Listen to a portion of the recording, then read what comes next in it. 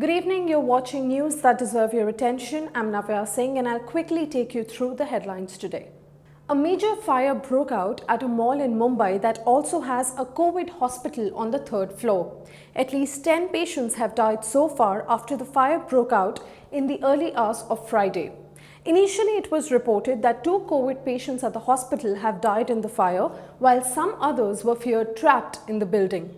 But the Dreams Mall Sunrise Hospital denied this claim and said that the deaths were not linked to the fire. The hospital said that the 2 patients had died due to COVID-19. Hours later, the death toll went up to 10 and at least 70 patients were safely evacuated from the hospital. Meanwhile, Maharashtra Chief Minister Uddhav Thackeray has said that action will be taken against those found responsible for the incident. Compensation worth ₹5 lakh will also be given to the families of the deceased. The Chief Minister also sought forgiveness for the families of those who died in the incident. The Supreme Court today refused to stop the sale and purchase of electoral bonds ahead of the upcoming state assembly elections. The court rejected an LGU's plea seeking a stay on the scheduled sale of electoral bonds between 1st of April and 10th of April. The plea also wanted a ban on the electoral bonds till matters related to parties' funding and transparency of incomes were revealed. However, the Supreme Court said that the bonds can be issued from 1st of April.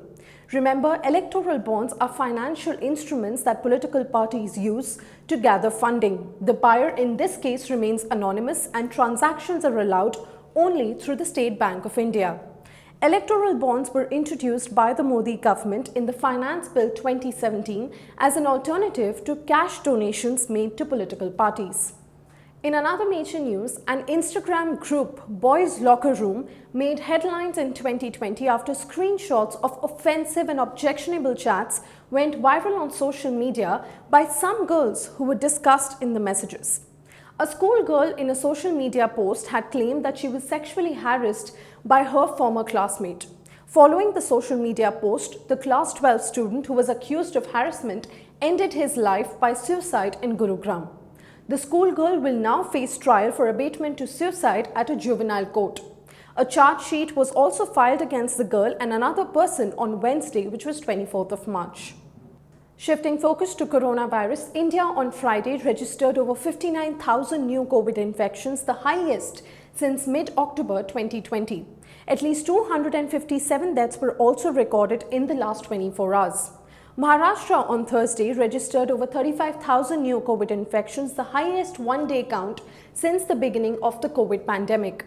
Maharashtra also recorded 111 deaths during the same period. The centre has also clarified that India will continue to supply COVID-19 vaccines to other countries despite the surge in infections in the country. The government has also urged states to ensure COVID protocols like wearing masks and maintaining social distancing are strictly followed. New Zealand's parliament has passed a legislation granting mothers and their partners the right to paid leave after a miscarriage or stillbirth.